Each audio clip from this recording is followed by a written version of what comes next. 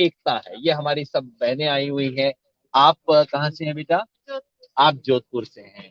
पूरे परिवार के साथ आई, मेरे साथ, मेरे टेंट के साथ वाला टेंट आपका, ठीक है। आप कहाँ से आए हैं? महाराष्ट्र। महाराष्ट्र, अमरावती। और आप कहाँ से आई हैं? अमरावती। ये बात है। आज सबका ध्यान इस बात पे है कि 8 तारीख है, वार्ता में क्या होगा। थोड़ा थोड़ा अंदाजा है, मुझे लगता है आज पहली बार वार्ता में कुछ होगा। अब तक तो वार्ता में नौटंकी हुई है, वार्ता करने का ड्रामा हुआ है। अब तक तो सरकार ने दिखाया है कि हम वार्ता करना चाहते हैं, वार्ता की नहीं है अब तक। आज पहली बार वार्ता में कुछ होगा, ऐसा मेरा अनुमान है। कोई पक्की इंफॉर्मेशन नहीं है, अंदर की कोई खबर नहीं है, कोई खुफिया खबर नहीं है। अनुमान है आज पहली बार वार्ता में कुछ होगा। शाम तक आप देखना टीवी पे खबर आएगी, अब तो सरकार ने मान ली किसानों की बात, अब तो भाई उनको मान लेना चाहिए। मगर मेरा जो शक है वो ये है कि आज सरकार सिर्फ एक टुकड़ा डाले, टुकड़ा डाल के देखेगी कि इससे ये लोग अलग अलग हो जाएंगे, एक दूसरे को नोचेंगे, एक दूसरे के खिलाफ हो जाएंगे, टुकड़े से संतुष्ट हो जाएंगे, या कि संघर्ष में डटे रहेंगे। मेरा अनुमान ये है। खैर, आपको इस बीच में आपको कुछ चीजें भी दिखाता रहता हूं। ये वार्ता और ये सब तो होगी ही। हमारे तमाम तरफ के किसान आए हुए हैं, अलग अलग इलाकों से, पहले दिन से भाई डटे हुए हैं। और रात 11 बजे तक अंतिम जो आए, फिर शाम को आए वो रात को, बिल्कुल हलवा बना के रात को 1 बजे सोए थे। और वो जो 50 आ रहे थे जिसके लिए आप वेट कर रहे थे, आए फिर उनको खाना खिलाया? कहाँ से आए थे? वो ट्रैक्टर हरियाणा से आए थे, हरियाणा के ट्रैक्टर आए थे। तो रात 11 बजे तक ये इंतजार कर रहे थे, मेरे से इंतजार और ना हुआ। मैंने कहा मैं तो अब सोऊंगा उसके अंदर। इधर पीछे देखिए चाय का लंगर चला रहे हैं, और लंगर कौन चला रहे हैं? मेवात के साथी। पहले दिन से ये मेवात के साथी यहाँ आके सुबह से लेके रात तक बस चाय पिलाते रहते हैं। चाय नाश्ता, चाय नाश्ता, चाय के साथ नाश्ता भी देते हैं, नाश्ता भी कभी कभार देते हैं। ये सब हमारे भाई हैं मेवात। मेवात में कहाँ से हैं भाई आप? मेवात में महू जिले से भी है। हाँ। और अलवर जिले से। ये मेवात जो है एक इलाके का नाम है, एक जिले का नाम नहीं है। मेवात के कुछ इलाका हरियाणा में पड़ता है, उसको नुह जिला बोलते हैं।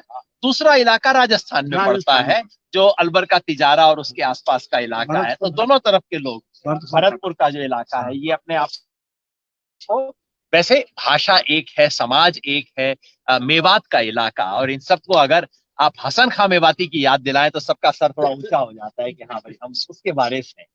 ये साथी पहले दिन से सेवा में लगे हैं। ये दूध कहाँ से आता है अपना? ये सर घर घर से आता है दूध, पूरे मेवात से आता है। पूरे मेवात में घर घर से इकट्ठा कर रहे हैं। कितना ड्यूटी लगाते हैं घर घर की? घर घर की 2 लीटर 5 लीटर। 2 litre 5 litre. एक बात जो लोग समझते नहीं है वो ये, मैं कई बार कोशिश करता हूं, क्योंकि आजकल तो क्या गऊ के नाम पे इस तरह की घटिया राजनीति होती है। मैं बार बार कहता हूं कि भाई कम से कम हमारे इलाके में, हरियाणा में, अगर कोई सच्चा गौ पालक है और गौ रक्षक है तो ये मुसलमान है मेवात वाले। क्योंकि गाय तो वही पालते हैं, बाकी इलाकों के अंदर तो हम भैंस पालते हैं आजकल। भैंस पे ज्यादा दूध होता है, और वो भी, और गाय भी पालते हैं तो जर्सी या कहीं बाहर की गाय। देसी गाय को पालना और उसका रक्षा करना, ये काम मेवात के लोग सिर्फ करते हैं। तो यहाँ पे दूध का खूब होता है, गांव गांव से दूध लाते हैं और उसको सुबह से शाम तक चाय पिलाते हैं।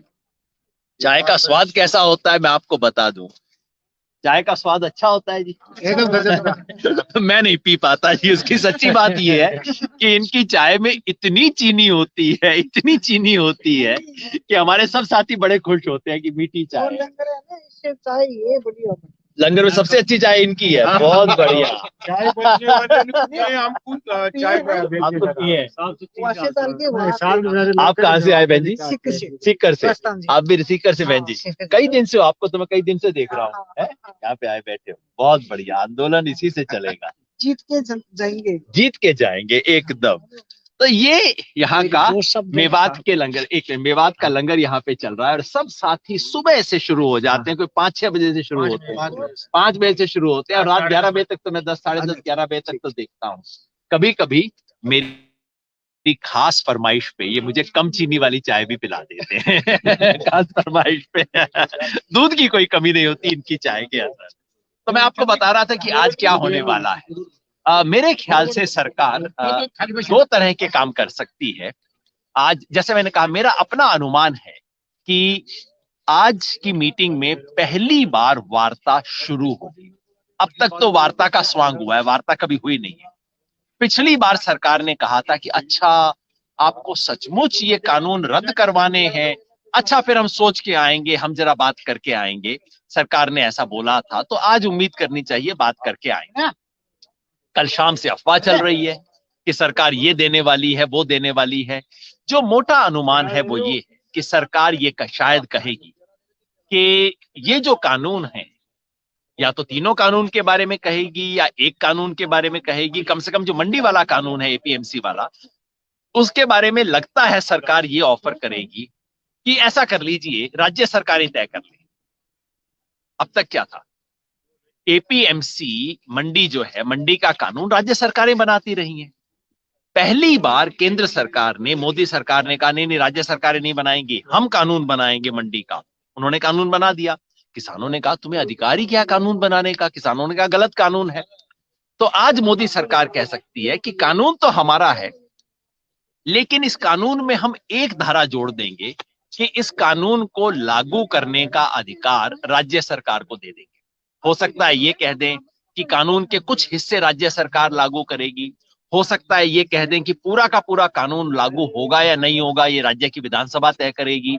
इस तरह का कुछ कह सकते हैं। एग्जैक्टली क्या कहेंगे तो शाम तक ही पता लगेगा, लेकिन लगता है कि सरकार ऐसा कुछ कहने वाली है।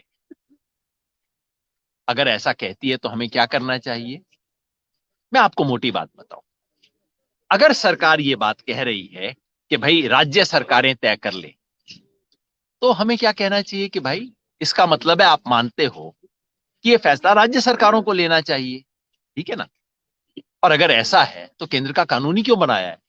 इस कानून को रद्द कर दो, हर राज्य सरकार अपनी पसंद से कानून बना लेगी। अगर आप मानते हो कि राज्य सरकारों को बनाना चाहिए तो बनाने दो ना, क्यों आप खामखा बीच में आ रहे हो? हम तो पहले दिन से बात कह रहे हैं कि केंद्र सरकार का कोई मतलब ही नहीं है इसके अंदर। भारत का संविधान साफ साफ कहता है खेती बाड़ी के बारे में कानून बनाने का अधिकार राज्य सरकार को है। स्टेट लिस्ट जो कहते हैं उसमें है। खेती बाड़ी का जो व्यापार है, कृषि मार्केटिंग, वो भी राज्य सरकार के पास है। तो केंद्र सरकार को तो इसमें आना ही नहीं चाहिए। तो आज अगर केंद्र सरकार ये कहती है कि चलिए इन कानूनों को लागू करने का अधिकार हम राज्य सरकार को देते हैं, तो भाई बनाने का अधिकार भी राज्य सरकारों के पास रहने दो। देने की भी जरूरत नहीं है, क्योंकि तो है तो उन्हीं का, आप ही जबरदस्ती कर रहे थे। तो कानूनों को रद्द कर दीजिए, क्यों फिर ये नाटक कर रहे हैं? या कि ये नाक का सवाल है कि भाई कानून तो रहेगा और कुछ भी कर ले, जिल्द तो रहेगी इसके अंदर, कागज कुछ भी बदल दो, जिल्द मैं ना बदलूंगा। इस तरह का खेल है क्या? हो सकता है इससे भी कम कहे। मेरे को तो लगता है कि सरकार हो सकता है इससे भी कुछ कम कहे। और खेल क्या है? खेल इसके पीछे ये है, एक तो नाक बचाने का, दूसरा खेल ये है कि पंजाब के किसानों को दूसरों से भिड़ा दो। कैसे? सरकार जैसे ही कहेगी कि राज्य सरकार तय कर सकती है उसको ये कानून रखना है कि नहीं रखना, इसका मतलब है पंजाब सरकार तो कल ही इसको रद्द कर देगी। तो ये पंजाब के किसानों को इशारा करेंगे, देखो तुम्हारा काम तो बन गया, तुम्हारी सरकार तो इसको रद्द कर देगी। अब हरियाणा वाले अपना देखें, राजस्थान वाले अपना देखें। राजस्थान में कांग्रेस की सरकार है, हो सकता है वो भी शर्मा शर्मी कुछ मान जाए। हरियाणा में क्या होगा, उत्तर प्रदेश में क्या होगा, गुजरात में क्या होगा, मध्य प्रदेश में क्या होगा, कर्नाटका में क्या होगा? देश के अंदर आधे राज्यों में तो इनकी सरकार है। वो तो वही कहेंगे जो मोदी जी इशारा करेंगे। मतलब देश के किसानों को बांट दो कि भाई जो एक सरकार में उनका काम बन जाएगा, अब तुम पंजाब वाले अलग हो जाओ। इनका ले दे के खेल ये है कि किसी तरह से पंजाब के किसान को बाकी देश के किसानों के से अलग किया जाए। सब तिकड़म कर चुके हैं। एसवाईएल कनाल तक का मुद्दा उठाया इन्होंने, ताकि हरियाणा और पंजाब में किसी तरह दरार पड़ जाए। ये अपने आप को राष्ट्रवादी कहते हैं, अपने आप को देशभक्त कहते हैं, देश के हिस्सों में लड़ाई करवाने की कोशिश कर रहे हैं। तो ज्यादा संभावना यही है कि आज सरकार ये टुकड़ा डालेगी और टुकड़ा डाल के देखेगी कि इनमें से कोई लोग आगे आके झपट्टा मारते हैं, इनका आपस में झगड़ा होता है कि नहीं होता। टुकड़ा आएगा, टुकड़े को हाथ नहीं लगा, टुकड़े को हाथ नहीं लगाना। सरकार को बोलना है अपना टुकड़ा है, खुद ही उठा, हमें इसको हाथ नहीं लगाना। आज शाम को मीडिया कहेगा सरकार ने ये मान लिया, वो मान लिया, लेकिन हमारे साथी आज जाके थोड़ा इनसे हिसाब किताब करेंगे।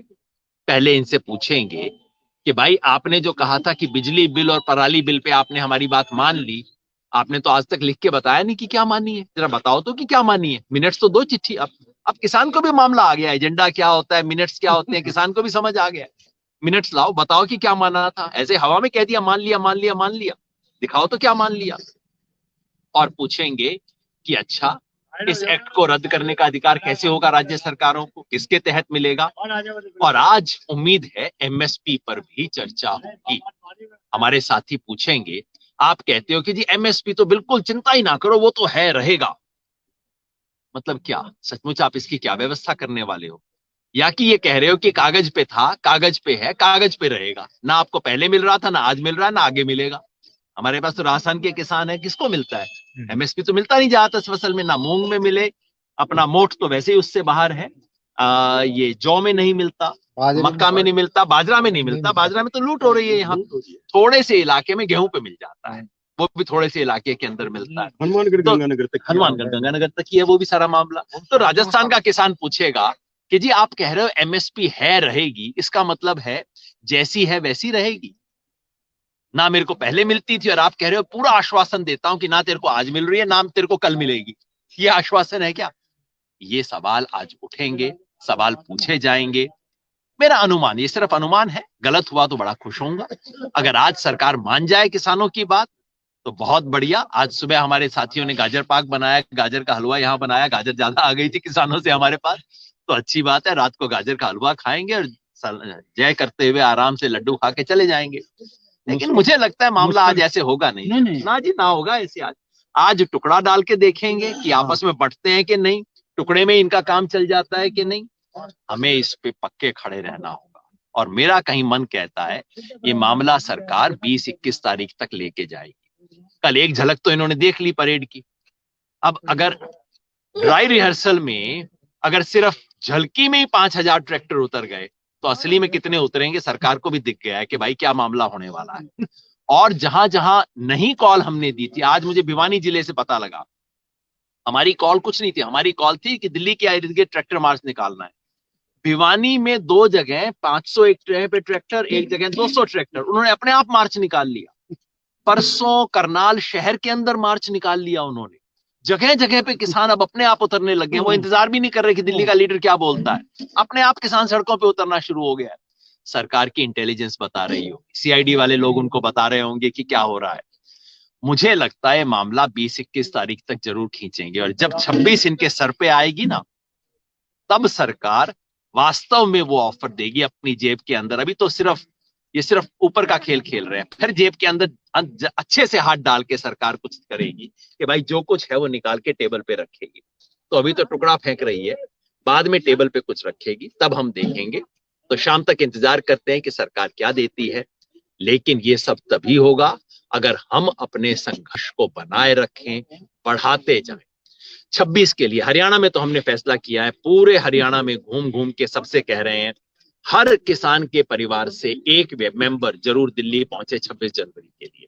हर गांव से कम 5 ट्रैक्टर ट्रॉली निकाले, और गांव से जो जत्था चले उसमें कम से कम 11 महिलाएं भी हों साथ।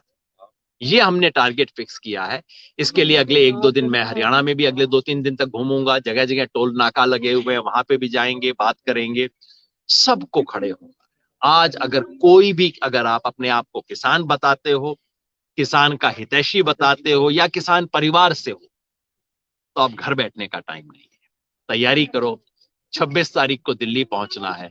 पता लग जाए सरकार को कि एक एक किसान आएगा।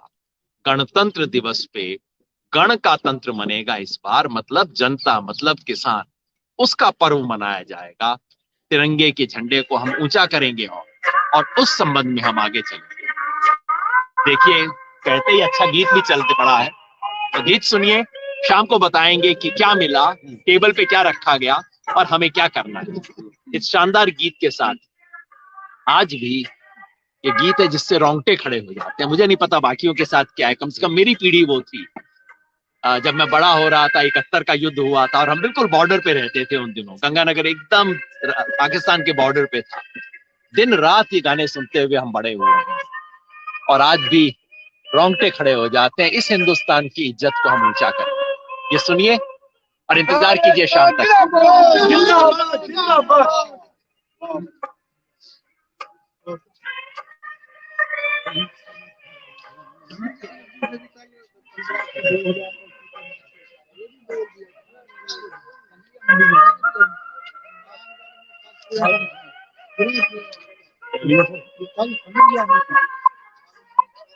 चाय लेंगे तो फोटो नहीं आएगा।